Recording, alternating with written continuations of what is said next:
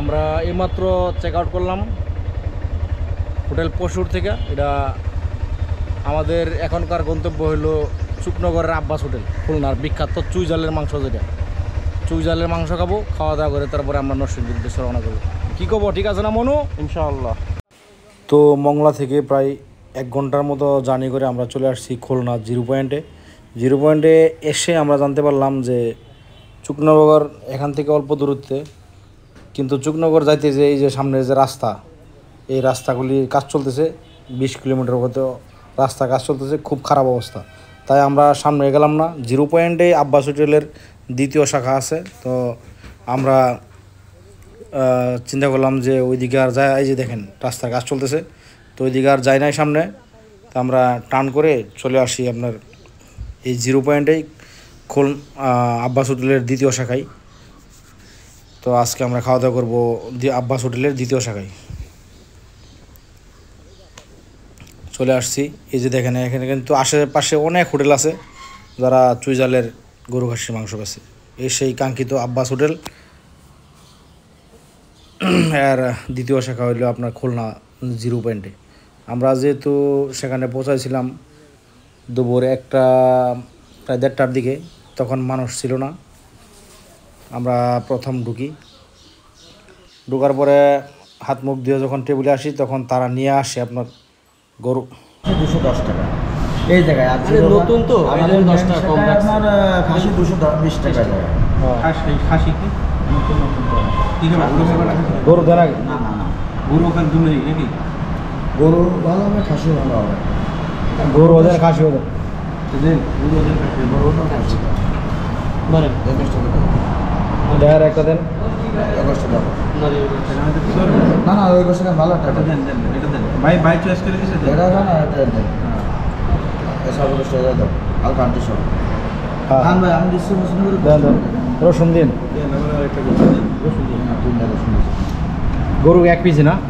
খাসিও তো আপনাদের 1 পিসের সিস্টেম নাকি? প্রত্যেকটা পিস হিসাবে ভাই জান। হ্যাঁ। রসুন দিস না, তেল কত দিয়ে বাদ দে। তো আমরা গরু এবং খাসি দুইটাই টেস্ট করার সিদ্ধান্ত নিলাম। প্রথমে আমরা গরুর মাংস দিয়ে শুরু করলাম। মাংসটা আসলে দেখেই বোঝা যাচ্ছিলো যে প্রচণ্ড জাল হবে এবং স্পাইসি, তো এবং হলোও তাই। গরুর মাংসটা একদম নরম ছিল, দেখতে পারতেছেন। এই যে গরুর মাংসটা একদম নরম এবং স্বাদ আলহামদুলিল্লাহ যেরকম আমরা মনে মনে ভাবছিলাম, আসলেও তার চেয়েও বেশি স্বাদ। সত্যি বলতে আর কি, তার চেয়েও বেশি স্বাদ। আর আমরা এমনিতেই ছিলাম হাংরি, যেহেতু মংলা থেকে আমরা প্রায় 1 ঘন্টার জার্নি করে ওখানে গেছি দুপুর 1:30টার দিকে, ওখানে পৌঁছাইছিলাম। তো মাশাল্লাহ ভালো লাগতেছিল।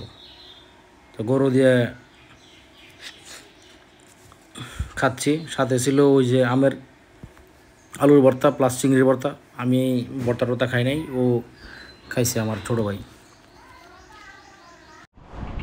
একটা বড় ভাই ভালো দেখে 2টা খাসি, একটা চিনা দেন, আমার একটা চিনা দেন।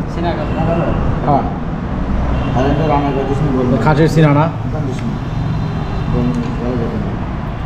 রান্না করতে হবে। আর তুই কি দিস? সিনার গোশত তাহলে আনো। সিনাতে শর্মি ভাই হাত দিয়ে আই মেলা।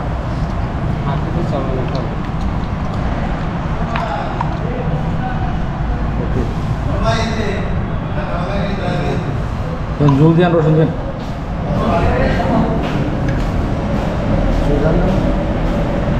হ্যাঁ, চুই জাল দেন 2টা। আইসলাম চুই জালে খাওয়ার জন্য। তো আগেরই কথা মতো গরু দিয়ে খাওয়ার পরে আবার খাসি নিয়ে আসছে।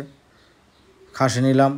গরু খাই এই বুঝছিলাম যে মাংস অনেক স্পাইসি, অলরেডি নাক আর চোখ দিয়ে একদম পানি আসার মতো অবস্থা। তো খাসির মাংসটা ছিল একটু শক্ত, গরুর মতো তেমন নরম ছিল না, কিন্তু স্বাদ রীতিমতো সেম, অনেক স্বাদ। যেহেতু জাল খাইতেছি, তারপরেও শুধু স্বাদের কারণে আমরা এটা সহ্য করতেছিলাম। প্রচণ্ড ধরনের জাল। যারা জাল খাইতে পছন্দ করেন না বা জাল কম খান, তারা অবশ্যই তাদেরকে আগে জানাবেন ব্যাপারটা। তো সব মিলে গরু খাসির পরে অনুভূতি খুবই ভালো। প্রায় আধা ঘন্টা ধরে আমরা এই খাওয়ার পর্ব চলতেছিল। সাথে ছিল আবার এই যে দেখেন আমের টক দিয়ে ডাল।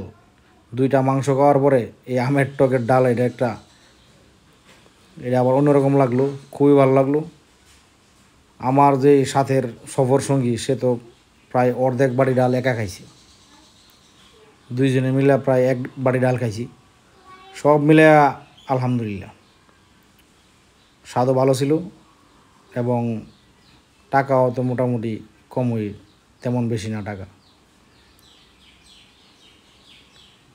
সব মিলে ভালো লাগছে। খোল না গেলে অবশ্যই এটা ট্রাই করবেন।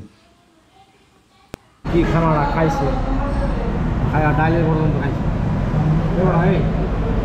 খায়া কি ঘুমে যেত যে তাইলে কাইলে গেছিস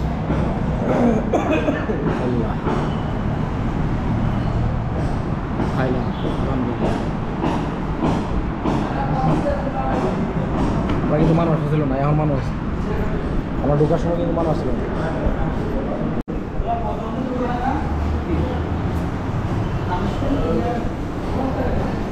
ভাই দুজনের কত হয়েছে?